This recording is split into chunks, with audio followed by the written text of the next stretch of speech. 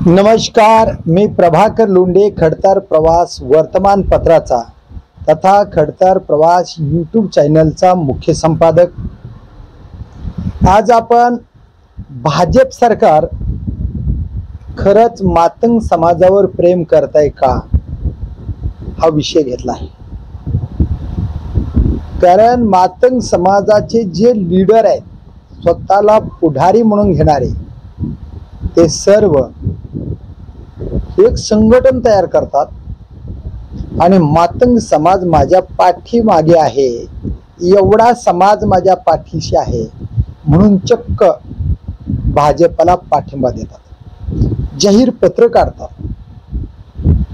आणि भाजपच्या पाठीशी आम्ही खंबीरपणे उभा आहोत अशा पद्धतीचं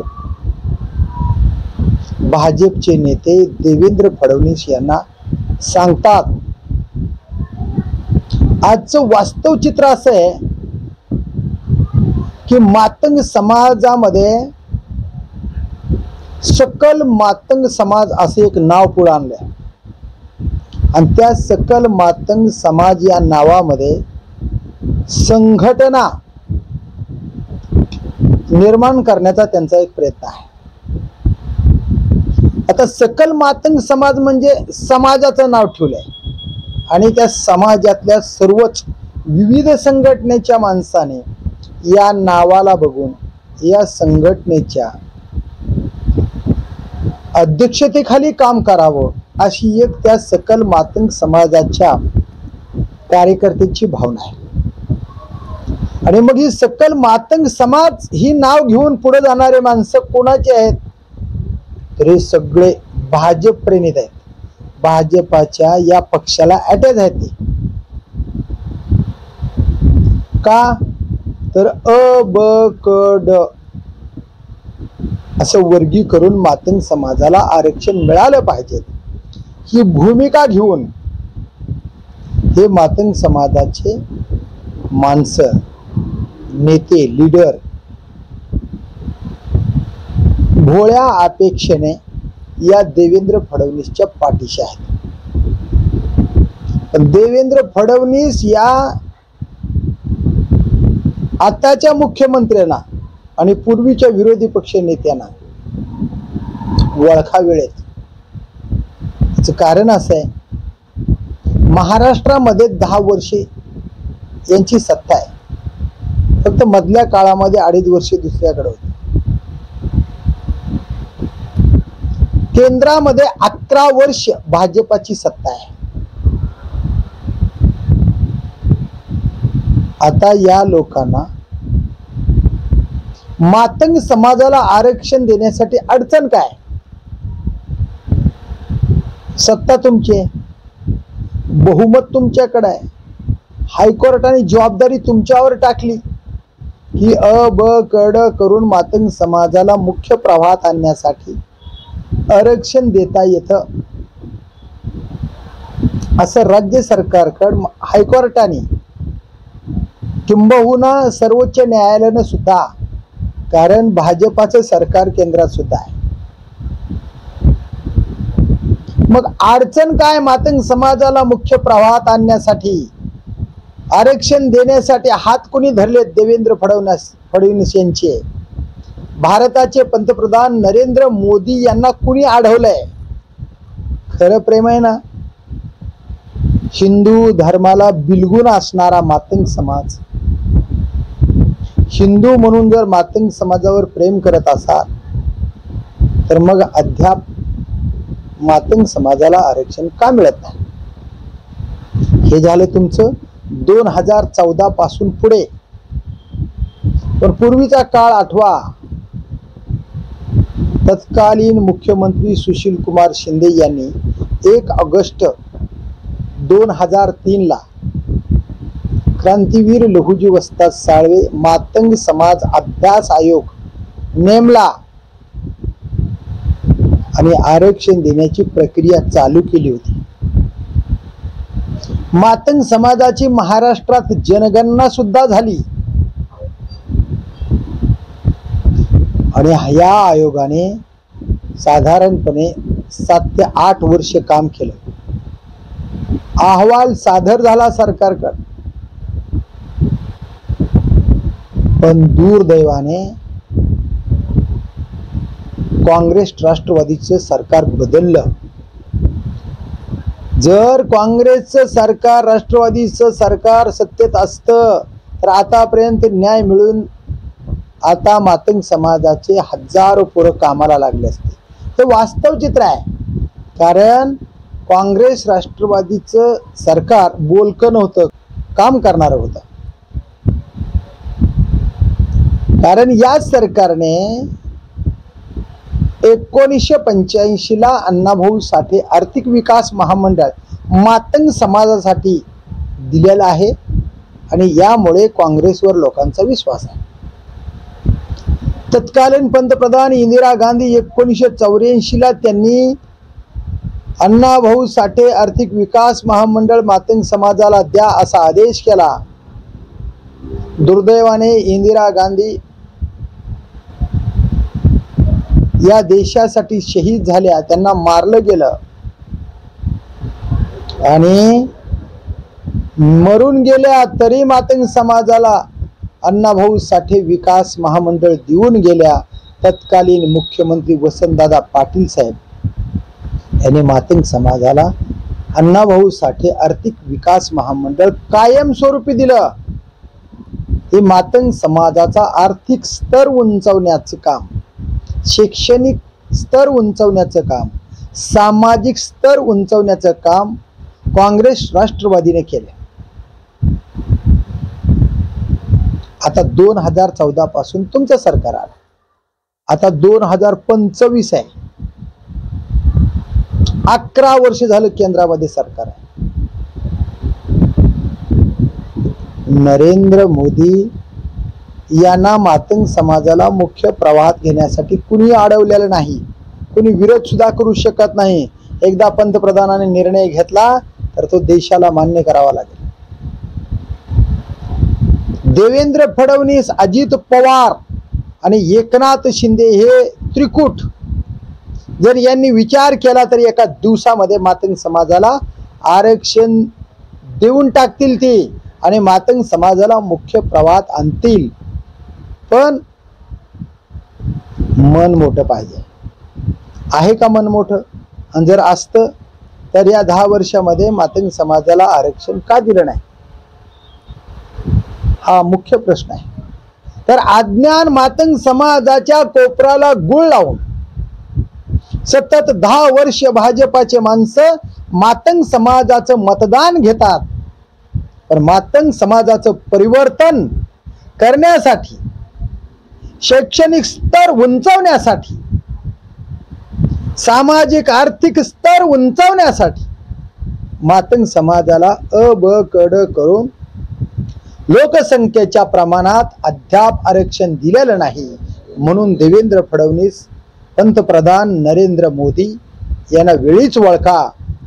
कारण देवेंद्र फडणवीस मुख्यमंत्री असताना सुद्धा हा ठोस निर्णय घेत नाहीत.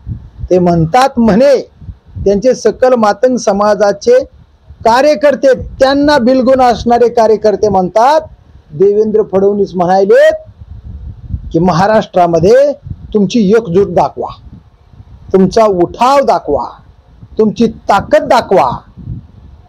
बघा, त्यांनी सांगायचं आणि मातंग समाजाच्या नेत्याने करायचं. म्हणजे मातंग समाजाचे नेते किती बुद्धिमान आहेत, किती गुलाम आहेत.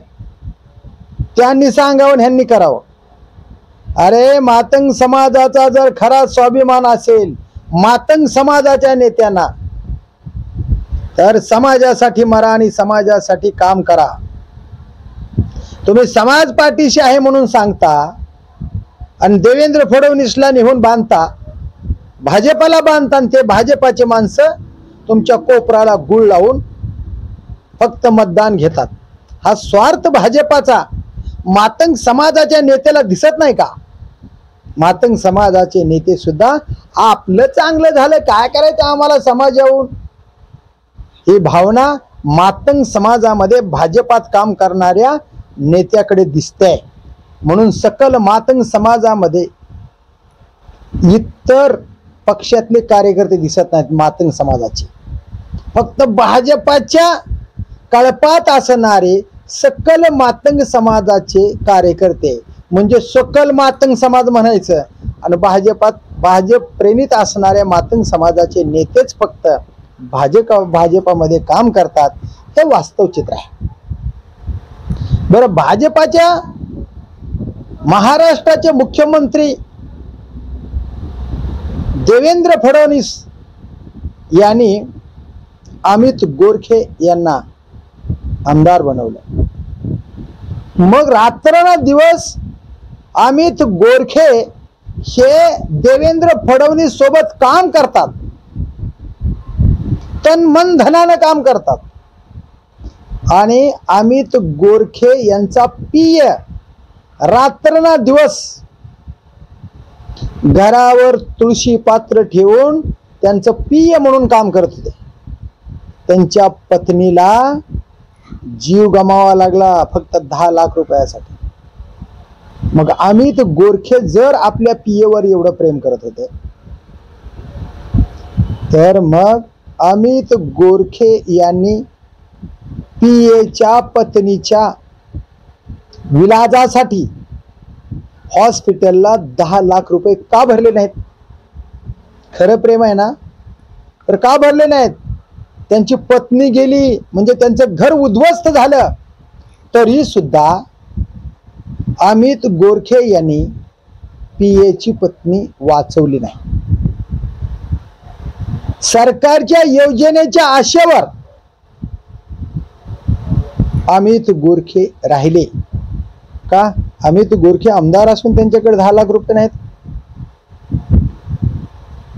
असं होईल का? आणि पैसे असून जर भरले नसतील तर याला काय म्हणायचं? खरं प्रेम म्हणायचं? एक ध्यानात ठेवा, भाजपात काम करणाऱ्या नेत्यांना, त्यांच्या नेत्यांच्या पीएना आपलं घर उद्ध्वस्त होत आहे हे वेळेच कळालं पाहिजे. आपली पत्नी जाणे म्हणजे घर उद्ध्वस्त होणे. आणि मग भाजपाचे मुख्यमंत्री असताना जर आमचं घर उद्ध्वस्त होत असलेलं जर महाराष्ट्राचे मुख्यमंत्री पाहत असतील, आमचं घर वाचवू शकत नसतील, माझी पत्नी वाचवू शकत नसतील, तर भाजपात काम करावे का? हे मातंग समाजाच्या नेत्यांनी वेळीच ओळखावं. तुम्हाला आरक्षण भाजप देणार नाही, तुम्हाला भाजप न्याय देणार नाही. फक्त निवडणुकीच्या पिरियडमध्ये तुम्ही पाठिंबा दिला तर तुम्हाला 4 पैसे प्रचारासाठी देणार आहेत. मग तुम्ही प्रचारासाठी किती खर्च करता आणि स्वतःसाठी किती खर्च करता आणि कशासाठी भाजपमध्ये बिलगून राहता याचा विचार करा. कारण डॉक्टर बाबासाहेब गोपले एकटे होते, लाखोंचे मोर्चे काढायचे. त्यावेळेस बाबासाहेब गोपलेंनी आवाहन केलं तर लाखो माणसं जमायचे. आता मातंग समाजामध्ये 257 संघटना आहेत, आता 300 पर्यंत गेले असतील. म्हणजे मातंग समाजाचे 300 तुकडे झाले.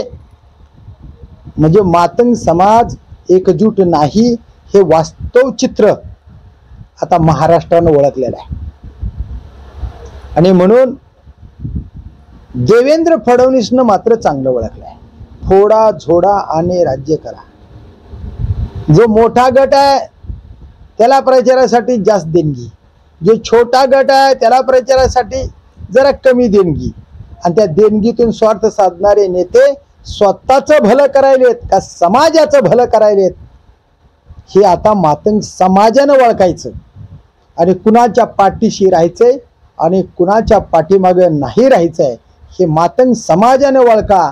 कारण मातंग समाज बांधवाला एक खडतर प्रवास वर्तमानपत्राचा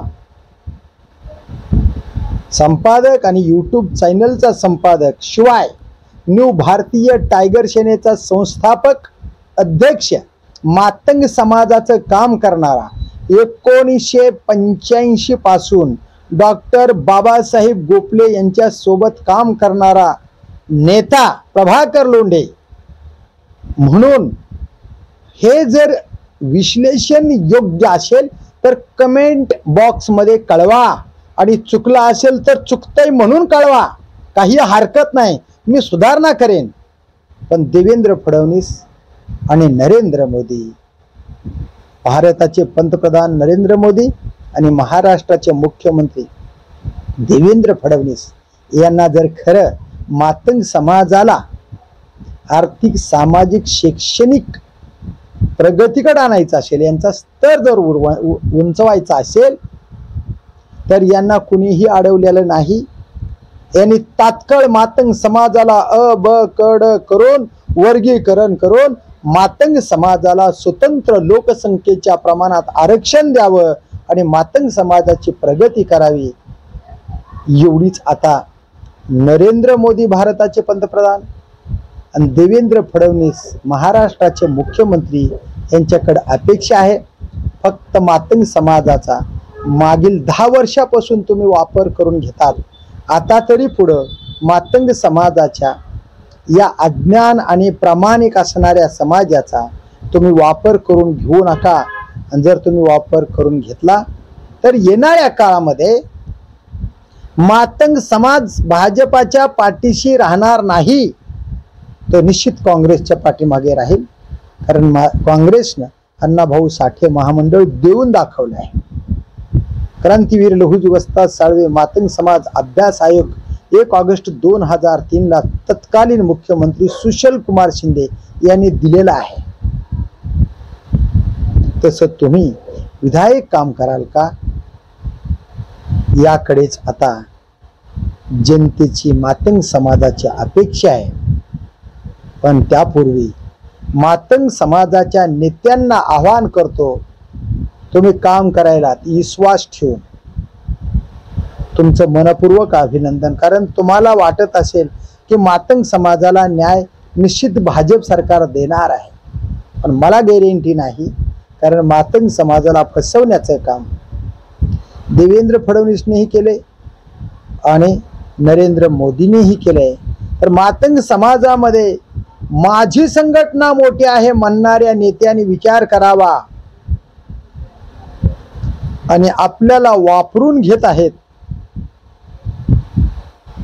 हे वेळीच ओळखावं. आणि जर या सरकारनं मातंग समाजाचं परिवर्तन केलं तर महाराष्ट्रातला मातंग समाज भाजपाच्या पाठीमागे खंबीर उभा राहील. आरक्षण दिलं तर मातंग समाज भाजपाला कधी विसरणार नाही.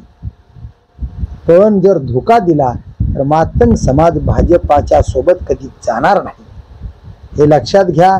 कारण म्हटलं जातंय मातंग समाजावर विश्वास ठेवला तर शेतातल्या काडीला धक्का लागणार नाही, आणि मातंग समाजाचा जर विश्वासघात केला तर शेतात काडी सुद्धा राहणार नाही, असं पहिल्यापासून म्हटलं जातंय. कारण मातंग समाज ही सूरवीर, इमानदार आणि प्रामाणिक समाज आहे.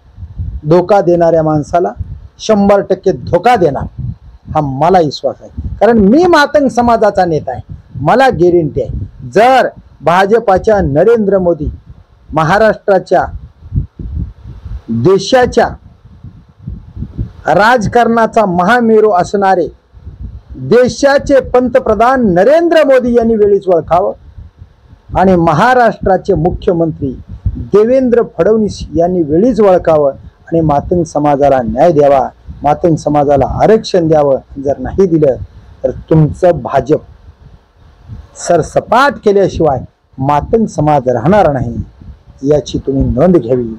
तर बघूया येणाऱ्या काळामध्ये महाराष्ट्राचे मुख्यमंत्री देवेंद्र फडणवीस आणि भारताचे पंतप्रधान नरेंद्र मोदी मातंग समाजाला कसा न्याय देतात ते येणाऱ्या काळातच. मी प्रभाकर लोंढे, खडतार प्रवास वर्तमानपत्राचा तथा खडतार प्रवास यूट्यूब चॅनलचा मुख्य संपादक. या चॅनलला सबस्क्राईब करा, शेअर करा, लाईक करा, बेल आयकॉनचं बटन दाबा आणि असेच वेगवेगळे व्हिडिओ पाहण्यासाठी खडतार प्रवास यूट्यूब चॅनल सबस्क्राईब करा आणि आपले मत कमेंट बॉक्समध्ये नोंद करा. धन्यवाद. धाराशिवकर जय हिंद, जय महाराष्ट्र.